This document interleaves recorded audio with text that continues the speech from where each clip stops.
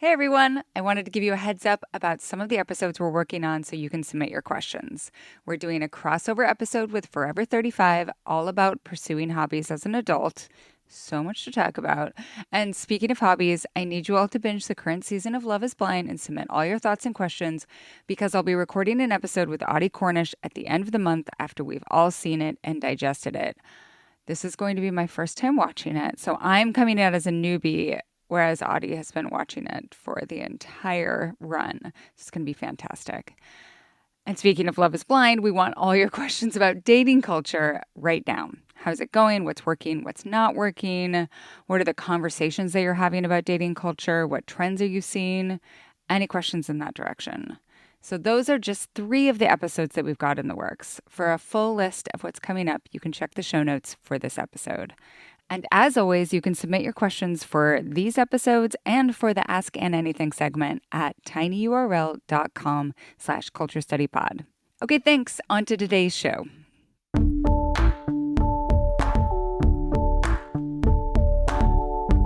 This is the Culture Study Podcast, and I'm Anne Helen Peterson. And I'm Avery Trufelman, creator and host of Articles of Interest. Tell me about the new series of Articles of Interest. Oh my God. You're catching me at a moment where, well, I don't want to toot my own horn. I don't want to be like, it's so complicated. Like, how can I even begin to describe it?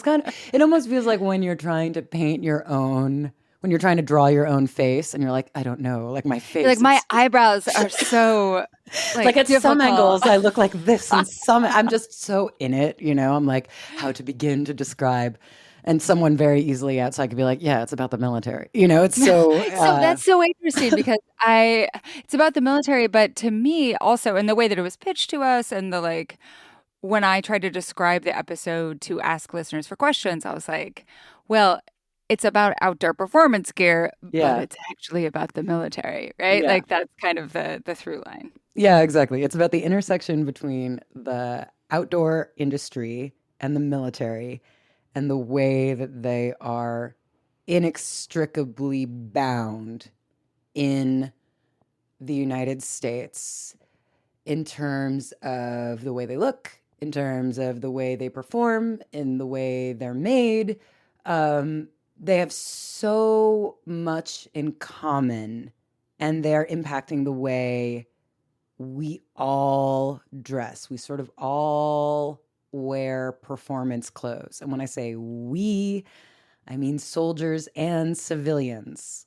Yes. We all, and this is sort of the funny thing, as soldiers sort of spend more of their time flying drones indoors, and as we spend more of our time typing on computers indoors, increasingly all of us are kind of wearing Arc'teryx in our ergonomic chairs. And I don't have any problem with that. Like, I'm just saying this sentence because I think it's funny, but like, I do it too. Like, the state of American performance clothing is incredible. It's sort of nothing short of a modern miracle, what clothes are able to do now. And this has resulted from a push-pull between the outdoor industry and the military. And in this time when Americans are pitted against each other, like, I didn't know any soldiers until I did this research. It's like, oh, we live in a bubble, like red states and blue states, but we really live in bubbles between soldiers and civilians. And there are like many different kinds of soldiers and civilians. There are like lots of soldiers who are kind of exactly like me and like think exactly like me. And there are a lot of soldiers who don't. But there are a lot of soldiers who like grew up in soldier families, live in soldier communities, you know, like kind of are bitter about civilians and like makes sense. I would be too. And, you know, it's gotten to the point where we're pitted against each other. Like our president is sicking us on each other. And yet we really dress quite similarly. It's very weird.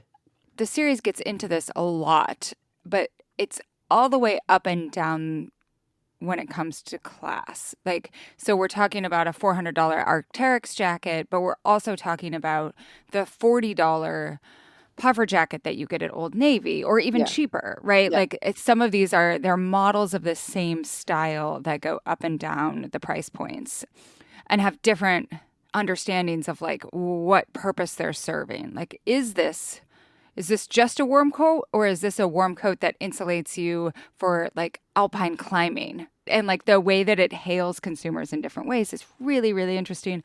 And also so historicized. Like, I loved the first episode. There's like, I think there's about 30 minutes of you talking with, what's his name? The best guy, the person you've interviewed for the most time in your entire Oh life. my God, What's his Josh last name? Kerner. Kerner. So this guy who just knows fucking everything about the history of military uniforms, He's essentially just some outfitting. lawyer. And he's just some lawyer who like has a real hobby interest.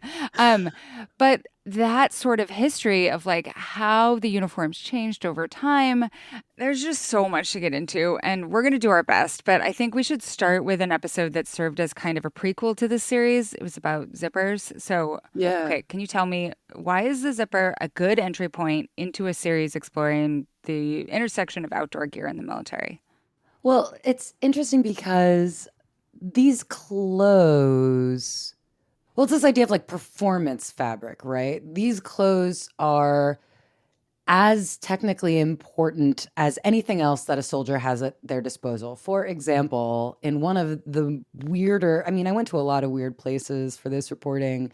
But, among the weirder places I went to was the annual Army conference, like the AUSA conference, which is kind of like, if you've ever seen the Andrew, I forget if it was Andrew or Eugene Jarecki documentary Why We Fight, they have the giant military industrial complex military spending trade showcase. Like that's that. It's like Lockheed Martin's there, like Deloitte is there. All the hits are there. Like everybody is there. It's full of All the tanks. It's full of contractors all the who make contractors are there. things for the military. And that can be everything from like fucking drones to like socks. Exactly. Right? And they're like, check out we've got these new, whatever, driverless tanks.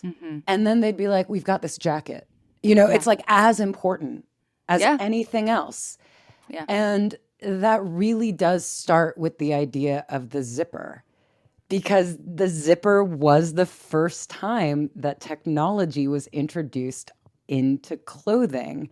And it took so long for the zipper to gain traction. I mean, the zipper was around for decades until it entered clothing. And now it's so ubiquitous. It's something we take for granted.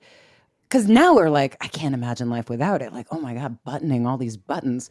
But when you think about it, it's so superfluous. Because as soon as your zipper doesn't work, the whole garment is useless. Totally. And it's like harder to sew. And so companies, and at the time it was more expensive than buttons. And so it's like, why would we need to upgrade buttons, which are fine and cheap and totally work? Like, why would we need to sort of optimize clothes? They're clothes. It's fine. Yeah. But the introduction of zippers was sort of the first inkling that's like, oh, we could upgrade this. We could maximize We this. could make clothes so that they took less time to put on. So Right? they That could- like yeah. that was a place where you needed to optimize your time, was putting on clothes. Yeah, you could optimize your time. You could sort of like, yeah, you could gearify clothes. You could turn clothes. You could see clothes in the same way that you see a gadget, whatever. We turned clothes into a doohickey by adding this like piece of hardware onto it. And this is when hardware started to touch skin. It started to have like a doodad on it. And then it was like off to the races from there. And now clothes have like all these features, and they're not, a zipper is in some ways the most tangible version, but now some of the more incredible things that clothes can do are just in the fabric. They can like scatter radar. They can resist water. I saw a fabric that was hydrophobic. It was incredible. You can spill water on it, and the water curled into a ball and rolled off. And then I touched it and it was totally dry. It was like a miracle. The level of innovation on what fabric can do now, like amazing. Amazing. I was like surrounded by miracles. Sometimes I'm frustrated. Like I bought this running jacket that's waterproof that also breathes.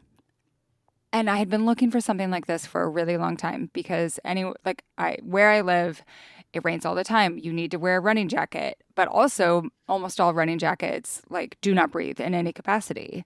So Patagonia did all of this work to come up with a running jacket that actually breathes. And it's so expensive and I'm so annoyed. And then I'm like, this is a waterproof jacket that Yeah. breathes.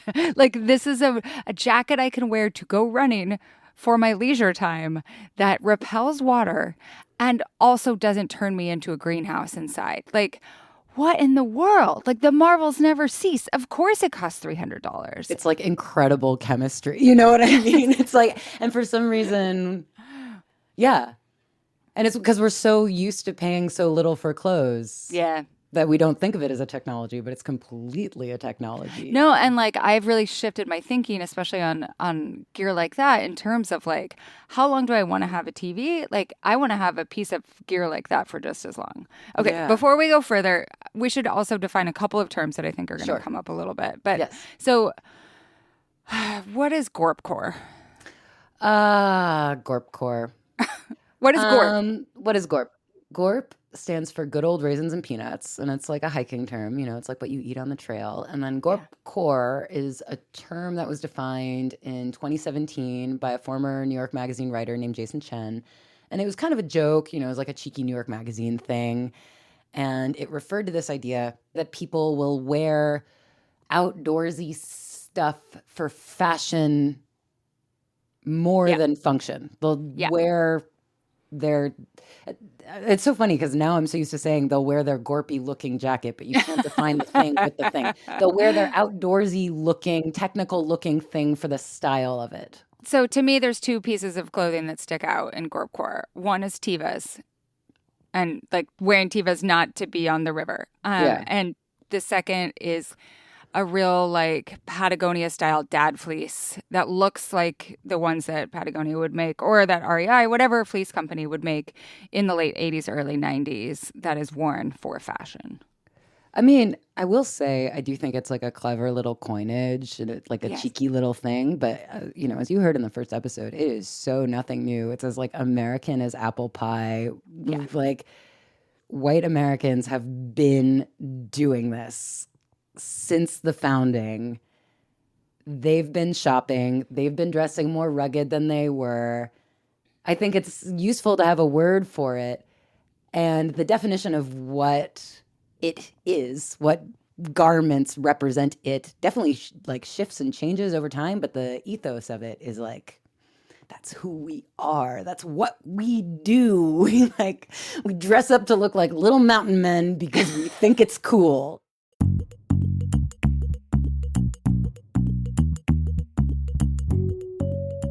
The Culture Study podcast is sponsored by ZBiotics.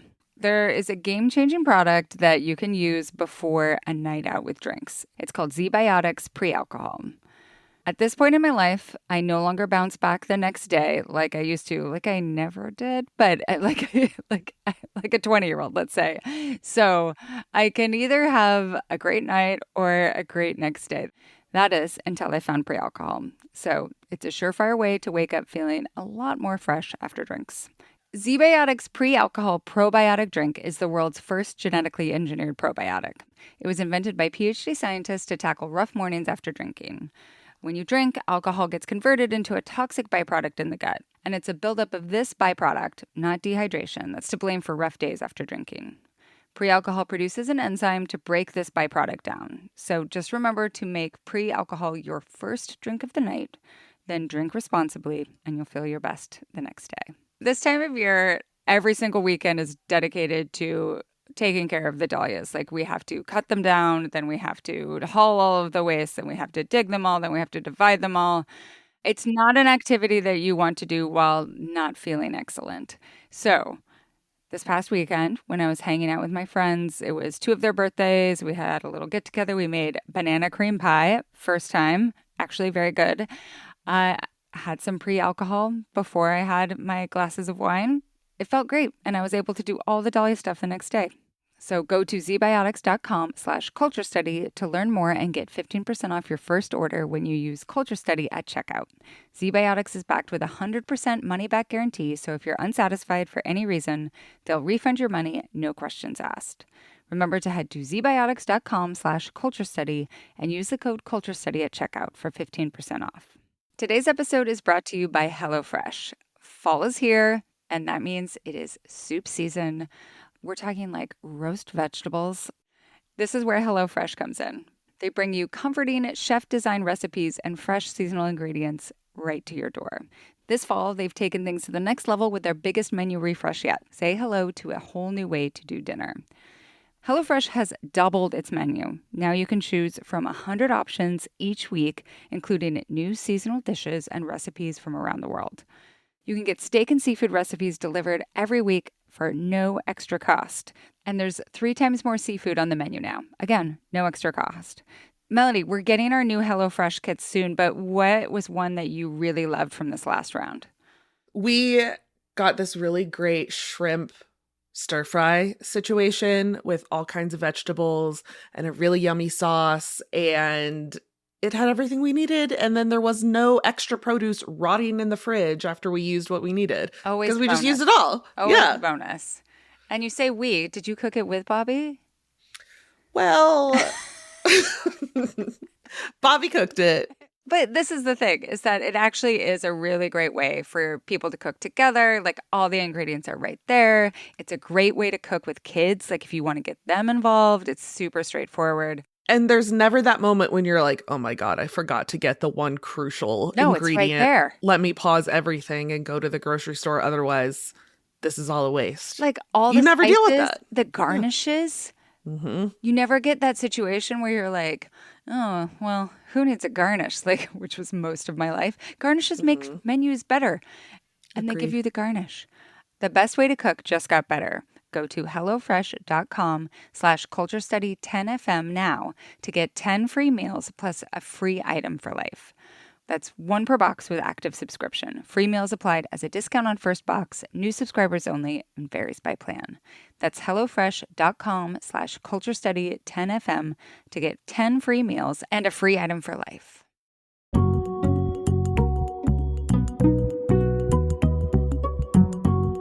Okay, so this, and you discussed this a ton in the first episode. So our first question will tee us up to talk about it even more. It comes from Lauren, and Melody's going to read it.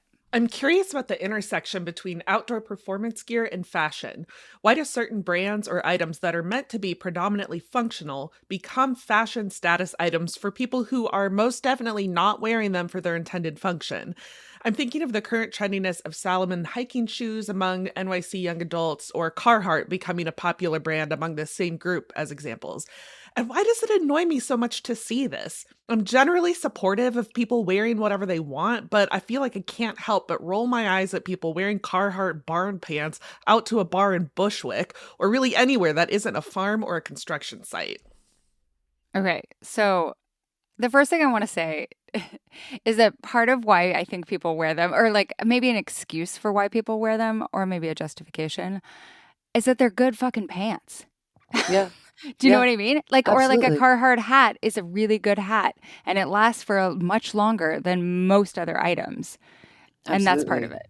Absolutely. Sure. Absolutely. And, you know, the other thing is like, the thing I also want to say is that it's always really hard to know anybody's history. Totally. Also. And so, you know, I was talking to a friend of mine who was like, yeah, you know, I used to work as a mechanic. And now I live in Portland and I go to a bar. So that's the other thing. It's like, it's so easy to look around at some coastal city and be like, you're all hipster dipshits. But like, you don't know. You maybe, like maybe they have a desk job now, but maybe they bought this jacket in some other life. And everyone's cosplaying all the time. Like, I'm from Idaho, and when I first moved to the city, or whenever I go to New York, I'm like, okay, what are my New York clothes that I'm going to put on? Exactly. It's all defined by context. Yes. And there are so many different factors that go into this. So one, it's such a good question. I mean, okay, there are a few different answers. I think the most obvious answer is like, they work. They're great. They're great clothes. Yeah. And then there's another version of it, which is the aspirational version, right? A Yeah. lot of these represent like luxurious mountain sports, like an elite lifestyle. I Yep. think it's part of why bankers started wearing Patagucci, or in a style movement in the 90s, it's why hip hop adopted the North Face. It's sort of Yeah. like taking this elite style in the same way that like Ralph Lauren really got adopted by hip hop. It's like taking this elite thing that was so white and so untouchable and kind of like bringing it into the city. Yep. And so I do think there is this level of like pearl clutching and gatekeeping that comes with that. And then there's also this like pearl clutching and gatekeeping that comes with like, hey, that's my sport, like don't wear this for my sport. And we feel this with certain things where it's like, I don't know. I think I'd feel that way. Whatever. I'm so not sporty. I'm like, how would I feel about? I'm like, So there's nothing I feel protective that of. way when I see people wearing Tevas because I'm Yeah. like, well, because Tevas aren't good river shoes. I'm like, Yeah. if like those aren't even the right shoes to wear if you're going to be doing outdoor activities. You need Chacos. But then like at least when I lived in New York, Chacos were really embarrassing. And so I was like, oh, it's so funny to me that like the bad outdoor shoe is the one that everyone's wearing. So the reason why Tevas got usurped by Chacos is because the Velcro would like get unstuck or it would get caught on things when you were in the raft or like outside. And also they didn't have very Oh. much support. So that's how like basically in the realm of like actually using this stuff for rafting, which is how they were developed, that's how they were overtaken. And so like that part of me, that snobby part of me is like, you're not even wearing the right But thing. that's a perfect example. That's like the perfect example, though, that these become like these minute differences between Yeah. brands and like, do you have the right gear becomes this like insider, like, do you really know? Do you really know what you're wearing? And yeah, some of it is aspirational. Some of it is wanting to look like you do those sports, like wanting Yeah. to look like you go outside and you have an outdoorsy life and a life outside your computer. So there's also the high fashion bit, which Yeah. is that a lot of designers are inspired Yeah. by Yeah. Yeah. military Yeah. clothes, which has always been an ongoing thing, essentially ever since the United States military began designing their clothes in a more democratic way. Essentially, the way the annoying thing about my show is it's always like, to explain that we have to like start in the 1800s. I'm like, oh fuck.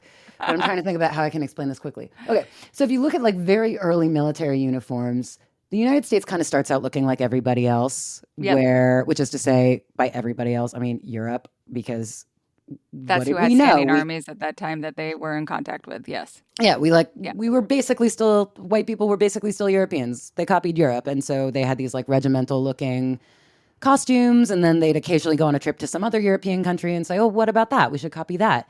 And then there's this turning point, this really interesting turning point around World War II, where the United States military has this moment of enlightenment, and they say, "Whoa, wait, what if we designed for the military according not to like what we think looks proper and European or what some general wants, but what like works scientifically the best and what the soldiers want." And it's this first inkling of like holding up our democratic principles. Like, let's ask the soldiers, Right. And also, and that was when the command came that everything had to be made in America, right? And that's when everything had to 1942. be made in America. And Yeah. it's like this moment when we're like, let's start something here. And this is when we start introducing what we now consider like classic American military style, which is like, you close your eyes and you can imagine it. It's like the green field jacket. It's all this style that we think about now, which at the time, like close your eyes and imagine World War I, right? What everybody else is wearing, these long wool jackets, these kind of suit-looking things. And then our army shows up wearing these like layered pieces. They look really technical in comparison. It's kind of like World War II's version of Gorp Corps is really different looking.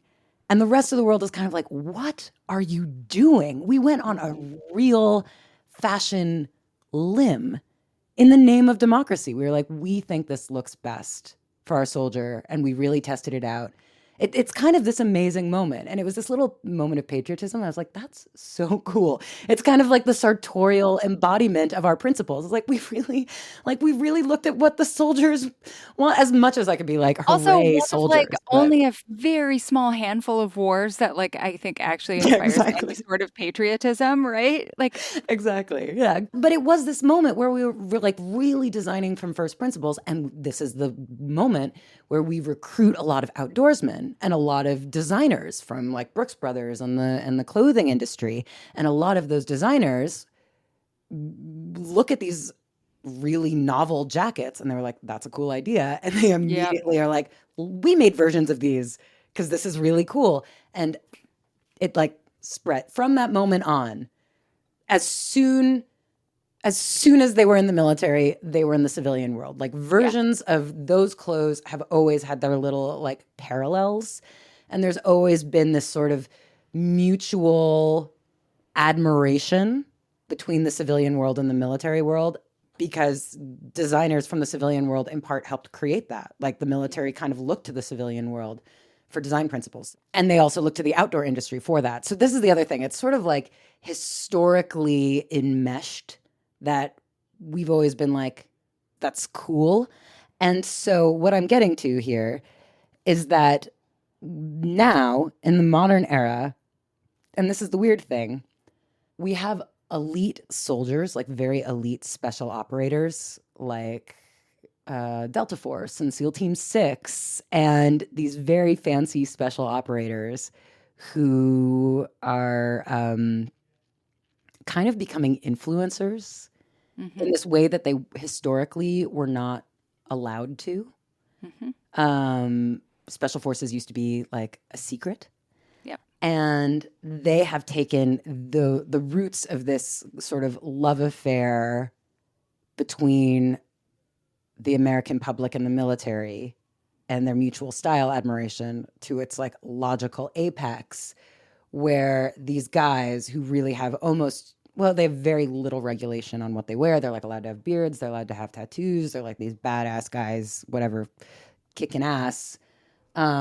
They often wear a lot of gear from the outdoor industry. And a lot of that gear is sort of the really nice, expensive stuff, like the really high-end, like the tactical gear made by Arc'teryx or Outdoor Research or Patagonia. And their tactical line tends to be in like darker, more muted colors. You know, the military Salomons are lighter. They're in black. They're matte. They're very sleek. That's why the late Virgil Abloh wore Arc'teryx Leaf to New York Fashion Week in 2020. Or a friend of mine worked at a really high-end boutique in Soho. And he was like, we wouldn't buy Canada Goose jackets, but we'd buy the tactical Canada Goose jackets because they were just like sleeker. And so this has been since the War on Terror, that there's been this new sort of wave of sleek, special operator, high-end military clothes. And I think this is secretly, so that's why I say it's a dark horse. Like, even though we've had this like long-running old school fascination affair, with it. Old This school is like fascination with it. this is the next level fashion, and I think a lot of people don't see that in their everyday lives, but it's happening in these higher levels of fashion that's trickling down, like the cerulean sweater. You know what I mean? Totally. Like you see influencers in this like cool looking jacket, and you're like, Right. oh, what's that? And it's like, well, that's they right, got that and from that's the tactical coming line. from there. Fascinating. Okay, so there's also so much masculinities to shit going on with this. So I think our next question will tee us up to talk about that. It comes from Anne. I'd love to get thoughts on gear as it pertains to skill level and external judgment. Basically, the culture of gear itself.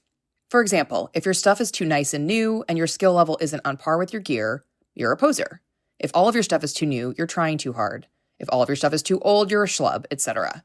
I love hiking and once got a new pair of hiking boots. I was teased by strangers on the trail for months about the boots looking too new. But boots aren't created with patina. Moreover, everyone's boots are new at some point, and everyone is a beginner at some point. Is this snobbishness a symptom of the competitive drive in many athletes, and having the, quote, right performance gear is part of telegraphing the performance itself? Or are people just especially assholes where I live? Okay, so the reason I wanted to talk about this is because there's a specific part of the first episode where you talk a little bit about how during times of relative peace, when most people did not understand the United States as being at war, and there wasn't, widespread conscription, all that sort of thing, the uniforms got bigger, more bombastic. It's like a bird that needs to like show more of its plumage, right? That's such a good metaphor. And and then also this made me think of the way during the same period of time, like 1900s, rich people going west either to be 49ers, like to go, like look for gold, but also just to like be dudes. Yeah. And so the dude, and I worked at a dude ranch, like what they are is Easterners who come with fancy clothes that they've never worn before, that they have purchased specifically for this occasion, and they have been outfitted, Yeah. but don't know how to do the activity. Yes. And I think like there's this descendant of both of those things that we see with brand new gear. And also I think it's part of this larger conversation too about like anyone who's obviously a quote unquote weekend warrior, which is a term within the outdoor community for someone who like has a real job and then goes and does the thing on the weekends, and how that's like not actually as legit as someone who's like a dirtbag climber and just like climbs all the time and just lives in their van, right? Like there is so many distinctions in terms of like who is actually doing the thing. And it also reminds me in a different way of how the military, everything has to be like, you have to be fastidious. Everything should look as new as possible. Like there are these incredible grooming standards. And so how does that strain of masculinity and like grooming standards intersect with like, if you are a non-military outdoors person, everything should look like shit, but still work. Yes. Sorry. No. You made so many good points. And the other thing that I want to say, this didn't make it into the series, but I'm so happy you brought up dude, because this was a huge thing in the Indian Wars too. Like, Yeah. College educated men were dudes who like went to seek their manhood. Like Teddy Roosevelt was Roosevelt was a dude. He was like, the ultimate dude. And Yes. it was part of like his victory of becoming a respected, rugged guy was a victory for all dudes. Like he walked so George W. Bush could fly. Like John Jr. Fucking A. Yeah, totally. He paved the way for like the American dude. But it's and like to, I think it also, like what you're talking about also really speaks to the military civilian divide as well. Like ever since we got rid of the draft, which everybody ultimately wanted, not just the anti-war movement, but a lot of conservatives wanted to get rid of the draft as well. Part of it was this idea that we had to have committed soldiers who were just like wanted to stay a long time and wanted to do everything and wanted to commit 100% and not have a wider representation of Americans in the military who kind of were like, maybe not so excited about going to war. Maybe we're not so neat. Maybe we're trying to start underground presses in the military. Maybe we're trying to start unionization efforts. Maybe we're like, actually, the military was starting to look a lot like America. And it was starting to introduce that messiness. And so there ends up being these rigid boundaries between like, are you in? Are you out? Are you a mountain man? Are you not? And I also think a lot of it has to do with the way that we've separated nature. Like it becomes Teddy Roosevelt's idea. Like after he rehabilitates, after he's like, I went west and I fixed it. Like I was this wimpy, Teddy Roosevelt was born in New York City, super rich, very weak, asthmatic, with a high voice, in the lap of luxury. And then he like went west and, during the Indian Wars and rehabilitated himself, and he went to Cuba and he fought with the Rough Riders, and he came back and he was like, I'm a man now. And then in his presidency, and I spent a lot of time in episode 1 establishing like who's Teddy Roosevelt, and the listener might be like, why? And the answer is because he shaped a lot of our attitudes towards the outdoors. In his presidency, he becomes the conservationist president. He basically builds the building blocks for our national park system, which, don't get me wrong, I adore. I love the national park system. I think it's a great idea. And at the same time, it did create this idea that nature is something that you like go out to. It's over there. Like people used to live there. People used to live all over there before all those Indian wars that Teddy Roosevelt loved so much. And he sort of like created this vitrine around nature that he's like, let's rope it off. He had this great line when he was defending the preservation of the Grand Canyon to Congress. And it's a beautiful speech. Again, I'm so glad he preserved the Grand Canyon. Both things can be true. But he said, it's a natural wonder and man can only mar it. And this idea that man is only going to fuck up nature and we have to keep man away from nature. This is his mindset. And the way he set up the national park system has kind of translated it to all of us, that we're supposed to just sort of look at it, walk through it in the prescribed paths, and then like go home. And it created this very rigid line between like nature is something you go out to. It's not something you like live in. And then it's really hard to gather the experience to get enough mud on your shoes in your day-to-day life to really feel like you live in it. I mean, I don't know the answer to the question. I don't know how you're supposed to like not. Well, but I think, I mean, at the heart of Anne's question is like, why do people police me in this way? Exactly. And it's like all of this shit, right? Because people are trying to say you shouldn't treat the outdoors that way. That's a fucked up way to do it. And we don't know where Anne's from. I would say if she's from the West, there actually is a lot more of this compulsion to like, you should be outdoors every day. And it makes me think too of like in Idaho, there are no national parks. It's because the entire state is beautiful. Like, okay, the entire northern and middle part of the state is beautiful enough to be a national park. And so like they don't need the designation in order for it to be like this gorgeous wilderness area. And people it's very normalized that you go out into the woods and you don't need fancy shit and you don't need like specific gear, or maybe you have the gear that you've had for many, many years, but it's like a very like, just this is what we do. And also we do what we want. Don't tell us what to do. Right. So like I can snowmobile there, but I can also hike. Like you can do all of the things. You can hike, like you can shoot things there. You can climb there, and everyone should be able to do it. And that's really at the heart of like a lot of the politics of those places is like, there should be freedom to use the woods as you want. That said, I can't believe that many people comment on her clothes. I didn't realize that was such a part of the culture. I think it's razzing, and I think also it's oftentimes done by like 60-year-old men who see a younger woman who's wearing new hiking boots and feel like they should say something dad-like to them. So that's also part of what's going on here. But how helpful of them. That's so nice. Okay, so this next question, I think this will help us get to some of the specifics. It comes from Christina, and it's about where some of this fetishization started. As a kid in the late 80s, early 90s, born in 86, I remember hiking in jeans and cotton t-shirts, though my parents always made sure we had good quality hiking boots.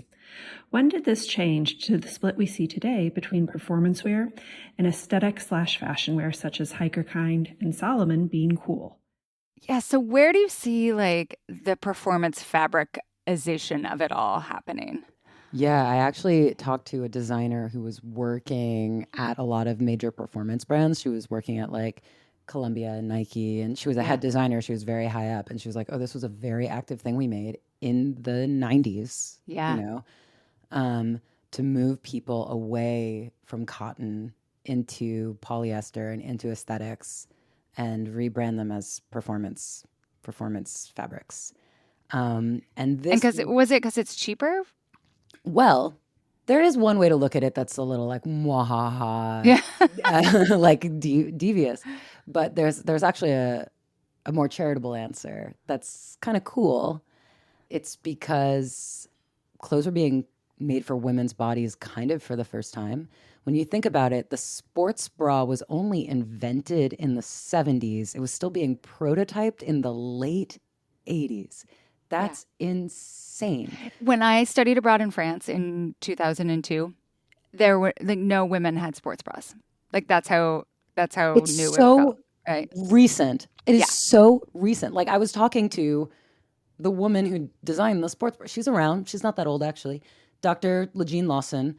She sewed 2 jock straps together for a prototype for a sports bra. She was still working on it like into the 90s. Yeah. And it was this idea.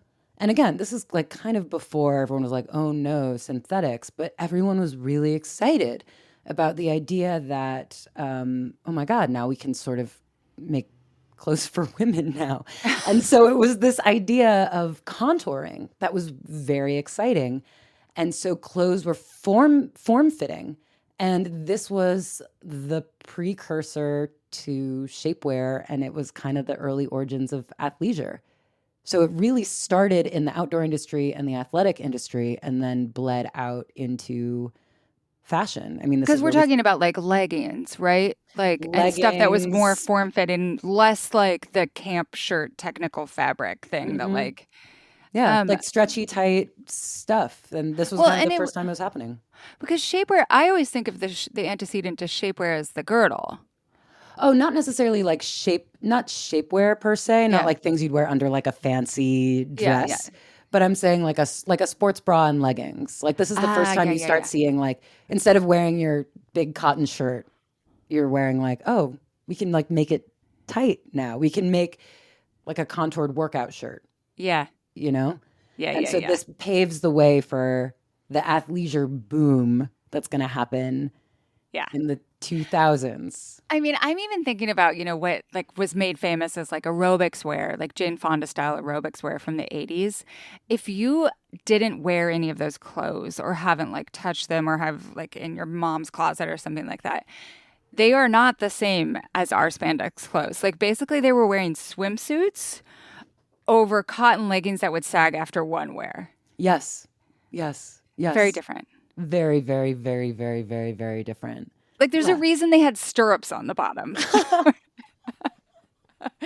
Yes. Yes, exactly. Which actually came from riding, right? Like, is that right? The reason, like, to keep riding pants tucked into your boots, they had stirrups on the bottom? I can only imagine. I think so. I can't say with certainty. No, you should, next season, horse clothes. Ooh, or workout. Yeah, horse clothes. I mean, you could do a whole, there's so much on athleisure, but it's also very related to this. But no, so that's the thing. Like, I feel like I in the beginning, it was like, yeah, it was really cool. It was like a very cool and exciting revolution in the beginning. Yeah. Like the move away from cotton was very cool. Yeah. Okay, this next question, though, I think gets to some limitations that are still very much in the space. This comes from Kaylee.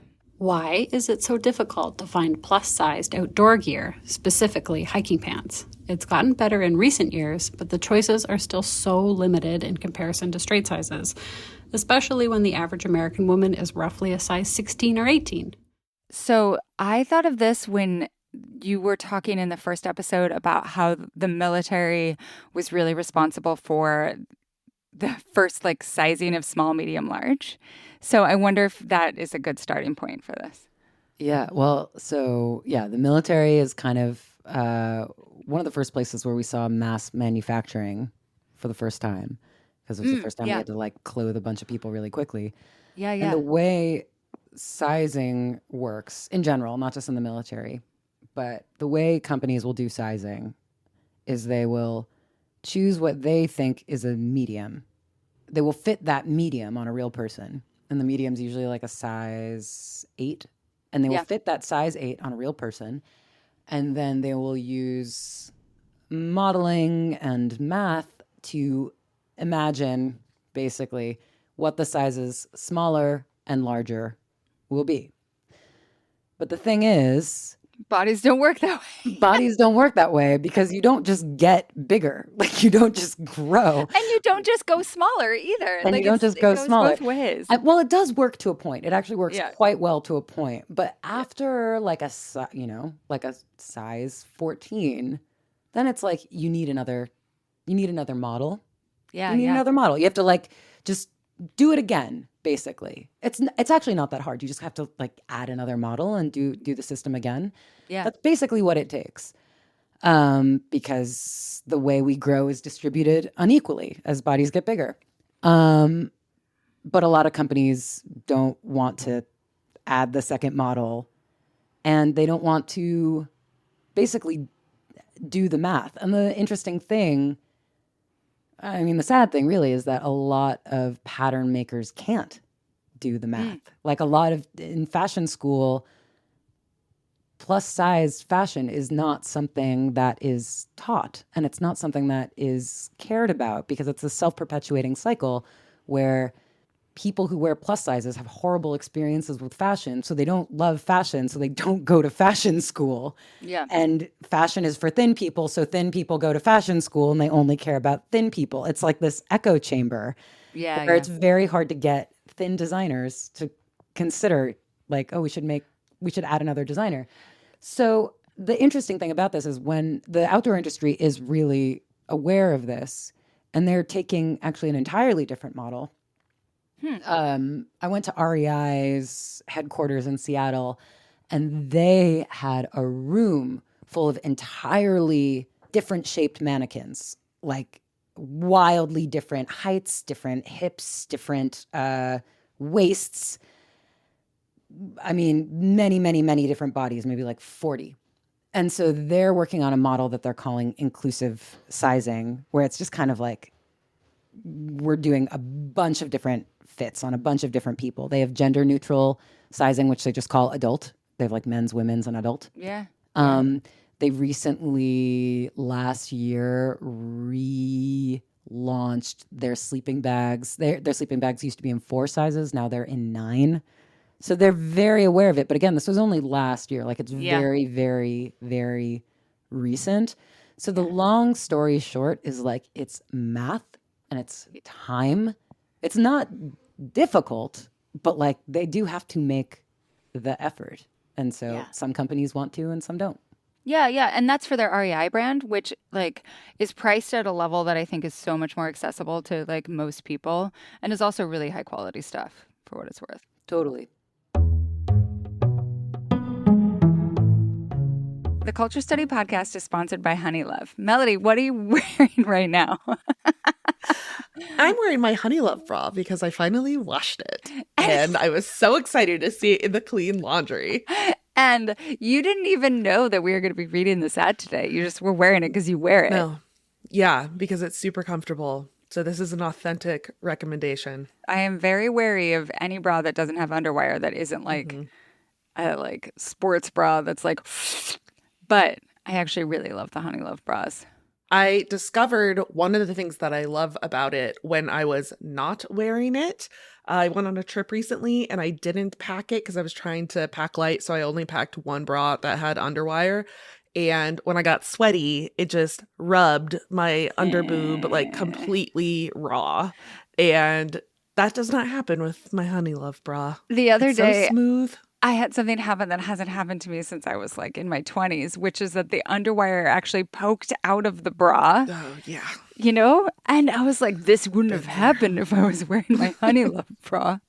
Honeylove bras are great with sweaters. They're great with layered looks. They're just comfortable in every way. They're the sort of bra that you don't get home and are like, oh my God, if I can just take off my bra, everything will be better. That is not the Honeylove philosophy. Absolutely. Honeylove's signature support comes from smart design, not stiff wires or bulky padding. It's all about the shape and the hold you want without any of the stuff that you don't. So once you try it, you'll honestly forget you're even wearing a bra. So go ahead, ditch the wires, ditch the digging straps, and give your top drawer the upgrade it deserves. Honeylove recently launched their new Cloud Embrace bra. It's a modern wireless t-shirt bra with sturdy, just lightly padded foam cups that feel like a cloud against your skin. It's a wireless bra for people who love underwire, like me. So treat yourself to the most comfortable and innovative bras on earth and save 20% off site-wide at honeylove.com/culture. Use our exclusive link to get 20% off at honeylove.com/culture. After you purchase, they'll ask you where you heard about them. Please support the show and tell them that we sent you. Experience the new standard in bras with Honeylove. Today's episode is sponsored by Beam Dream Powder. Fall is here, and I'm very excited because my sleep gets a little longer every single day. Since it stays dark longer in the morning, that means that it takes longer for Bev to come into the room and jump on top of my back. Beverly's my dog. But here's the thing. I have, like every other 40-year-old I know, various reasons for having interrupted sleep. So I take every opportunity I can to create an atmosphere that will make my sleep better.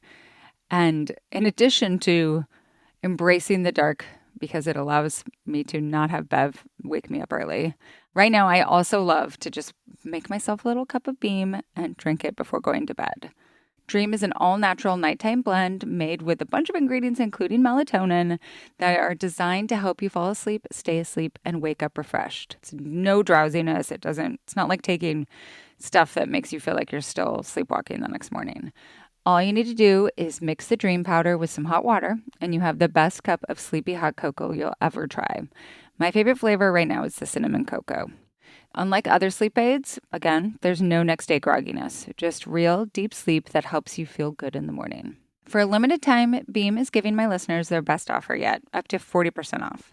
So with my discount code CULTURE, you can get their best-selling dream powder for just $39. Go to shopbeam.com/culture and use code CULTURE at checkout. That's shopbeam.com/culture and use code CULTURE for up to 40% off.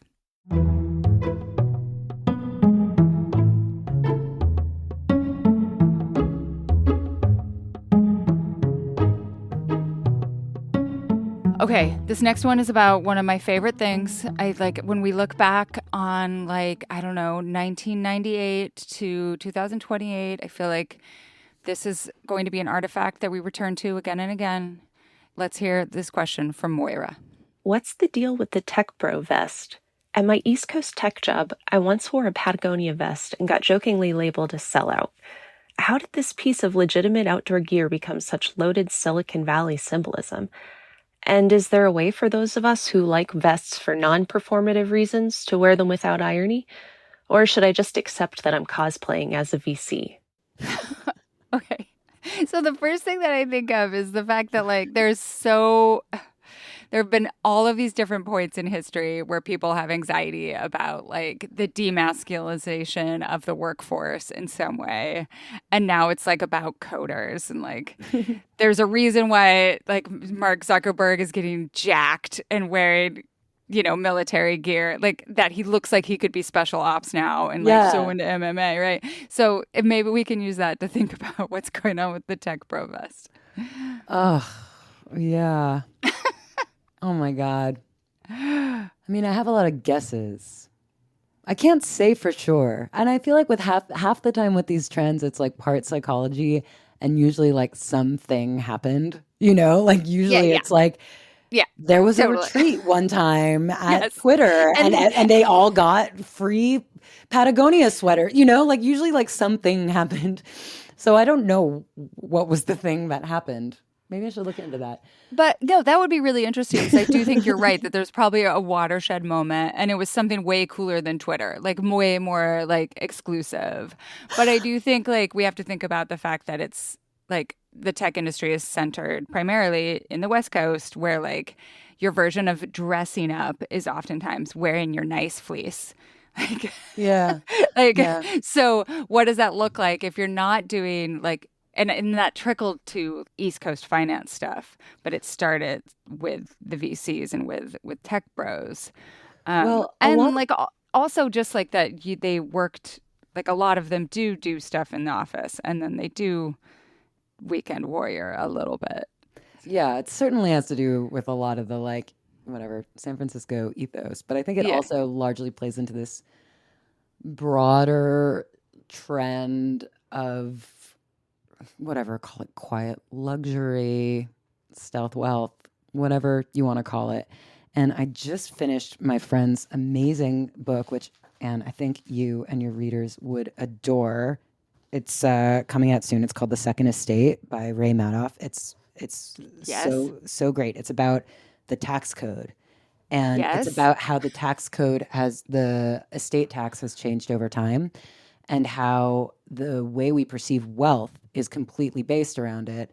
And it's funny, she talks about the aesthetics of wealth and how they changed with the tax code and how in the Gilded Age, there was so much, for lack of a better word, plumage. Rich people You Yeah, know, yeah, you've yeah. seen the Gilded Age. People used Yeah. to look really wealthy. They used to wear fucking tiaras. They used to be like, I am a little king. And we we being Americans, we're sort of like, rich people, but also like sort of loved it Yeah. in an era where the tax system was a bit more regulated. Especially on rich people. And this is the thing, in the era where the tax system, and it's actually overtly connected to, Ray has a theory that it's connected to the idea of the draft, that when the draft was active, that so many wealthy people were able to avoid it, or, you know, this was considered doing their part. Is like, listen, you have to really like chip in. We're all chipping in here. It's wartime. And that after the draft, it was like taxes were sort of like not a marquee issue anymore. It was not considered as important to like pay penance. And so, yeah, she has this theory that this is part of where this stealth wealth comes from. Is like, just don't look at me. Like, don't look at the fact that I actually do not contribute to this country Right. Right. financially, whatever. Like, I on paper earn a penny or whatever, $1 a year. That's what Mark Zuckerberg earns. Like, don't look at me, you know? No, that's so interesting. It also, there's so many parallels with like how stars in the 1920s versus the 1950s performed their wealth. Like basically they overperformed being wealthy in the 1920s. Right. And then there was this incredible pullback to be like, no, we're just like you. Yeah. Like, Yeah. and they actually were taxed like so Yeah. heavily in the, like for a long period of time until a lot of things changed starting in the 50s and the way that they self-incorporated and like started making movies outside of the star system. But like just that idea that we have to, like, how do we how do we distract people from the fact that you as a middle class person pay a lot more taxes than I do as a wealthy person is really interesting. Yeah, Yeah, exactly. stealth wealth, like you said. Exactly. And, you know, yeah, she has this idea that like the working rich actually pay the most. And if you wear a Patagonia vest, it makes you look upper middle class when you Yep. probably aren't. Yeah, yeah, yeah. It's like from the preppy handbook is wearing like outdoor gear, and which is Totally. like an upper middle class thing to do. Totally. Okay, last question. This gets into kind of some nitty-gritty stuff with purchasing, consumption, all of these sorts of things that I'm so curious to hear your thoughts about. This comes from Chloe. It seems that every space, every corner that capitalism and overconsumption can wedge itself into, it does. Even the environment isn't sacred enough. The clothes, the marketing slogans, the synthetics everywhere, the backpacks with an unreasonable amount of straps, all of it screams waste. On top of that, we're sold the moral purity of being a mountain person or someone who only vacations in national parks, even as they drive their gas Subarus to the parking lots carved into the very mountains they've made their personality. How did we get here? And how do we stop ourselves from participating?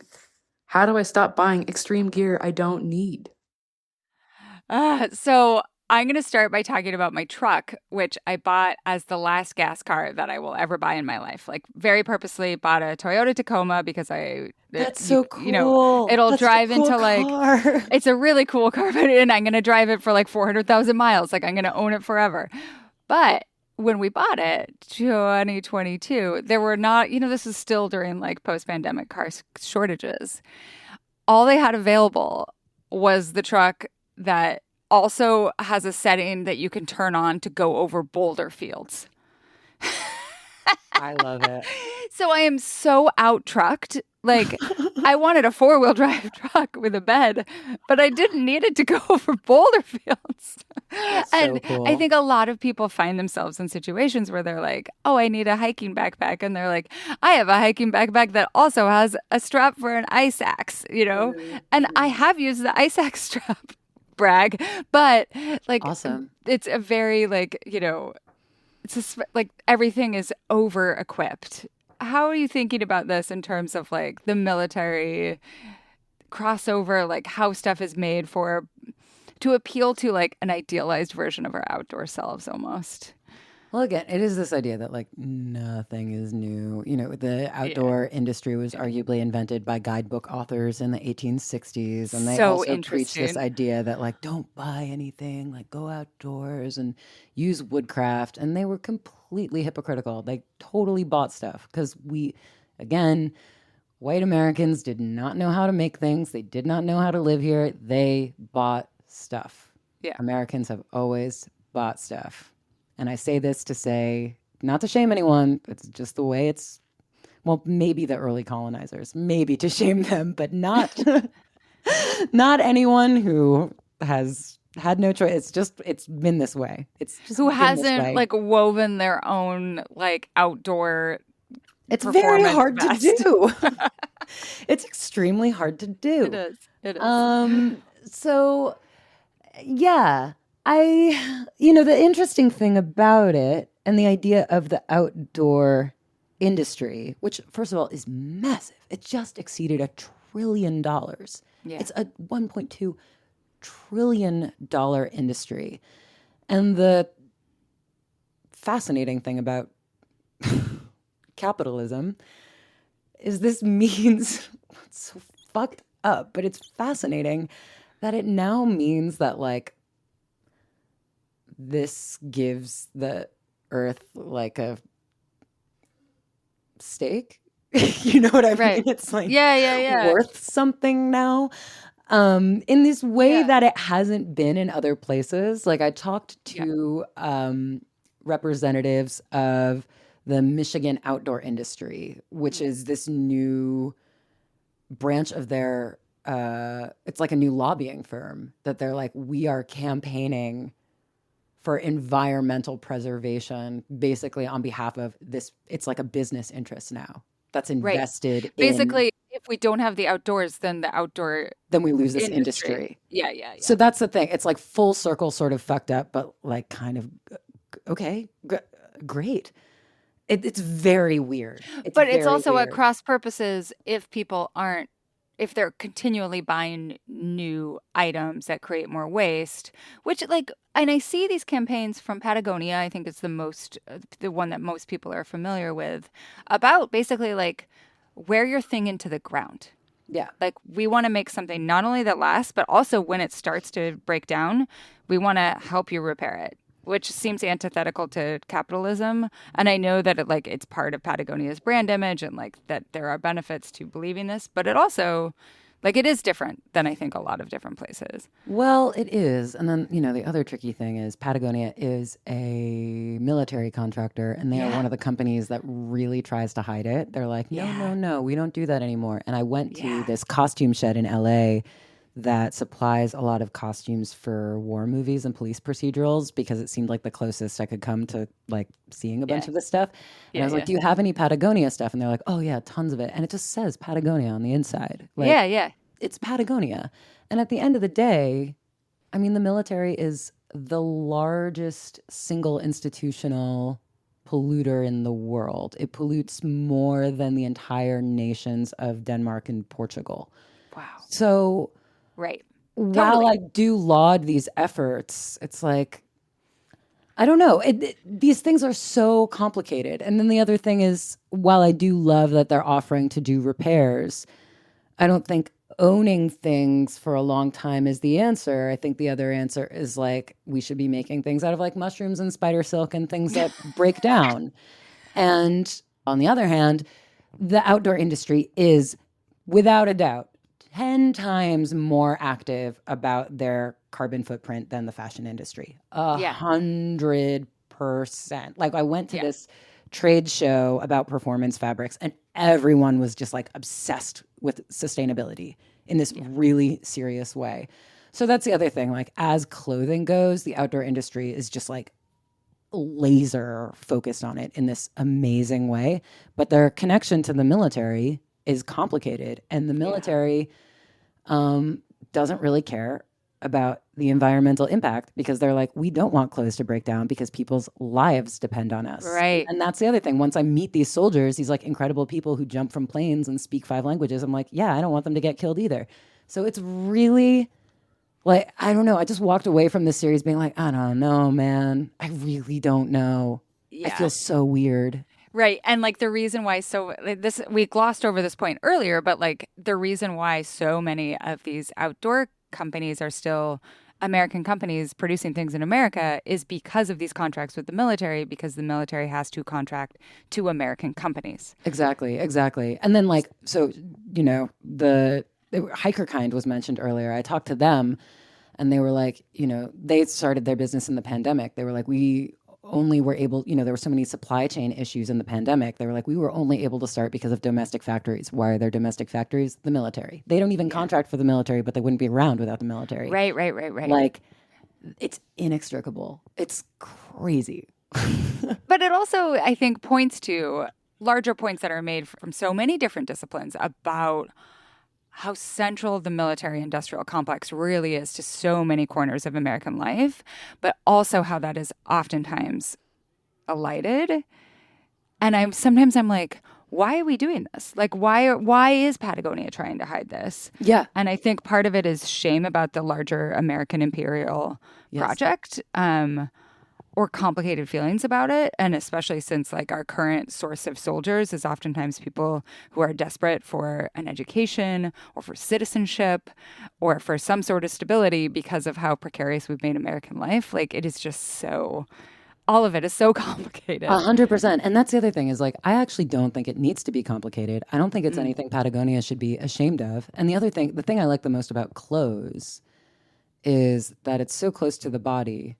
I think it's fine for people to be warm. I think it's fine for people to be dry. They're not making guns, I have no problem. I really don't. And like, all that pollution that the military makes, it's not from jackets, it's like jet fuel.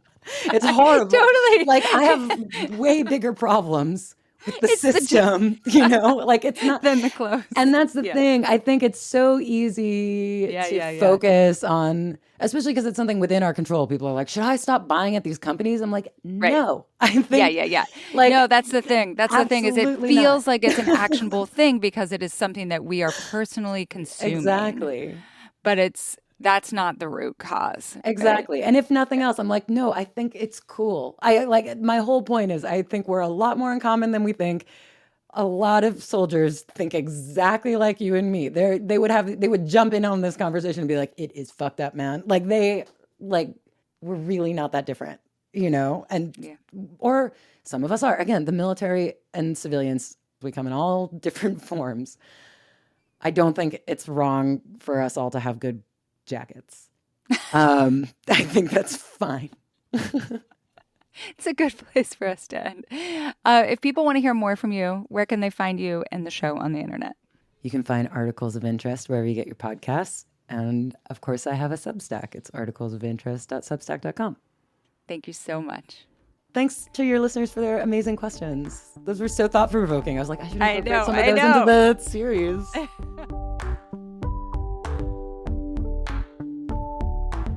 Thanks for listening to the Culture Study Podcast. Today, paid subscribers got an Ask Ann Anything segment where Melody joined me to talk about investing in good clothes when your body size keeps changing. We go to many different places, so I hope you'll join us. If you want to support the show and get that bonus content, head to culturestudypod.substack.com. It's $5 a month or $50 a year, and you'll get ad-free episodes, an exclusive advice time segment, and weekly discussion threads for each episode. Subscribe to the Culture Study Podcast wherever you listen because we have so many great episodes in the works, and I promise you don't want to miss any of them. And if you want to suggest a topic, ask a question about the culture that surrounds you, or submit a question for our subscriber-only advice time segment, go to our Google form at tinyurl.com/culturestudypod or check the show notes for a link. The Culture Study Podcast is produced by me, Anne Helen Peterson, and Melody Rowell. Our music is by Poddington Bear. You can find me on Instagram at Anne Helen Peterson, Melody at Melodious47, and the show at Culture Study Pod.